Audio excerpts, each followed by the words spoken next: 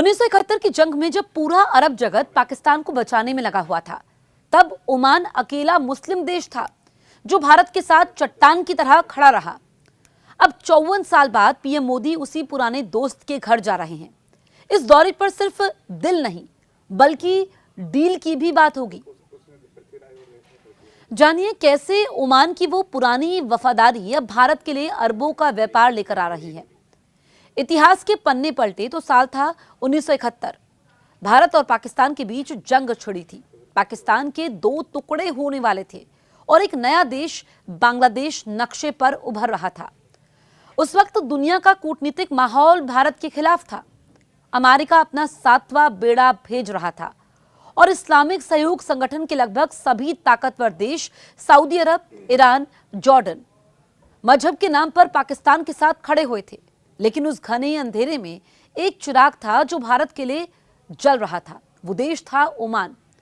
Oman वो मुस्लिम देश था जिसने अरब और इस्लामिक जगत के भारी दबाव को दरकिनार करते हुए यूएन से लेकर हर वैश्विक मंच पर भारत का खुलकर समर्थन किया था। जब सब पाकिस्तान को बचाने में लगे हुए थे, ओमान भारत की सच्चाई के साथ खड़ा रहा। अगले हफ्ते पीएम नरेंद्र मोदी उसी ओमान की धरती पर कदम रखने जा रहे हैं। 17 और 18 दिसंबर का ये दौरा सिर्फ फाइलों पर दस्तखत करने का नहीं बल्कि 54 साल बाद पुरानी उस वफादारी को नमन करने का है। 1971 की जंग के समय पाकिस्तान ने खुद को इस्लाम के किले के रूप में पेश किया था। अरब देशों पर भारी दबाव था कि वो भारत का बॉयकॉट करे। उस वक्त ओमान के सुल्तान कबूस बिन सईद ने एक ऐतिहासिक फैसला लिया। उन्होंने साफ कर दिया कि ओमान भारत के रणनीतिक हितों के खिलाफ नहीं जाएगा। सऊदी अरब और जॉर्डन जैसे देश सुल्तान कबूस से बेहद खफा हो गए थे, लेकिन सुल्तान अड़े रहे। उन्होंने न सिर्फ भारत का कूटनीतिक समर्थन किया बल्कि अपनी बंदरगाहों और सुविधाओं के दरवाजे भी भारत के लिए खुले रखे। अब जब पीएम मोदी ओमान जा रहे हैं तो वो एक तरह से उस दोस्ती का कर्ज चुकाने जा रहे हैं। ओमान भारत के लिए सिर्फ एक ट्रेडिंग पार्टनर नहीं बल्कि ऑल वेदर फ्रेंड यानी हर मौसम का साथी है। 1971 में ओमान ने आपको बताएं कि दिल से साथ दिया था। 2025 में वो भारत की इकोनॉमी को रफ्तार देने जा रहा है। पीएम मोदी के इस दौरे पर Bharat Oman free trade agreement यानी कि एफटीए पर हस्ताक्षर होना लगभग तय है। इस समझौते के बाद भारतीय सामान जैसे कपड़ा, जेम्स, ज्वेलरी, मशीनरी बिना किसी टैक्स के ओमान के बाजारों में बिक सकेगा। इससे चीन को झटका लगना तय है। ओमान रणनीतिक रूप से बहुत अहम जगह यानी अरब सागर और फारस की खाड़ी के मुहाने पर है। भारत वहां दुकम पोर्ट पर पहले से ही मौजूदगी दर्ज करवा चुका है। फ्री ट्रेड एग्रीमेंट के जरिए भारत वहां चीन के प्रभाव को कम करेगा, अपनी जड़ें जमाएगा। कूटनीति में निजी रिश्तों का बहुत मोल होता है।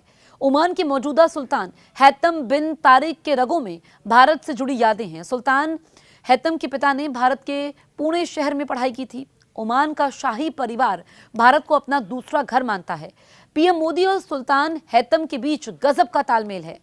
पिछले साल जब सुल्तान भारत आए थे तो ये उनकी पहली राजकीय यात्रा थी। अब पीएम मोदी का वहां जाना उस दोस्ती को और गहरा करेगा।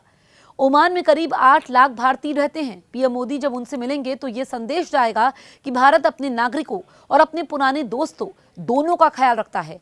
पीएम मोदी की ये यात्रा सिर्फ ओमान तक सीमित नहीं है, वो जॉर्डन और इथियोपिया भी जा रहे हैं। ये तीनों देश मुस्लिम आबादी के लिहाज से भारत के लिए बहुत मायने रखते हैं।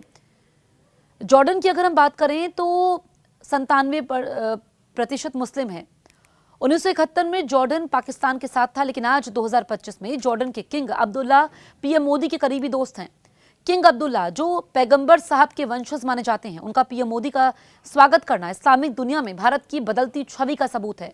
ये दौरा फिलिस्तीन मुद्दे पर भारत के संतुलन को दिखाएगा। ये किसी भारतीय पीएम का पहला इथियोपिया दौरा होगा क्योंकि पीएम मोदी इथियोपिया भी जाने वाले हैं। 4 करोड़ से ज्यादा मुस्लिम आबादी है। भारत वहां अफ्रीका में अपनी पैठ बढ़ाने जा रहा है। 1971 की नींव पर 2025 का महल पीएम मोदी का यह दौरा बताता है कि विदेश नीति में मेमोरी कितनी अहम होती है। भारत ने नहीं भुलाया कि जब दुनिया खिलाफ थी तब ओमान साथ था और ओमान के साथ ऐतिहासिक फ्री ट्रेड एग्रीमेंट होने जा रहा है। तो ये 1971 के उस बीज का फल है जिसे सुल्तान कबूस ने बोया था। ओमान में इकोनॉमी की बात होगी एफटीए के जरिए, लेकिन उसकी बुनियाद में दिल से वो बात होगी जो 1971 में पाकिस्तान के 2 टुकड़े होते वक्त ओमान ने भारत के कान में कही थी, हम तुम्हारे साथ है। ये दौरा उसी भरोसे को रिन्यू करने का है।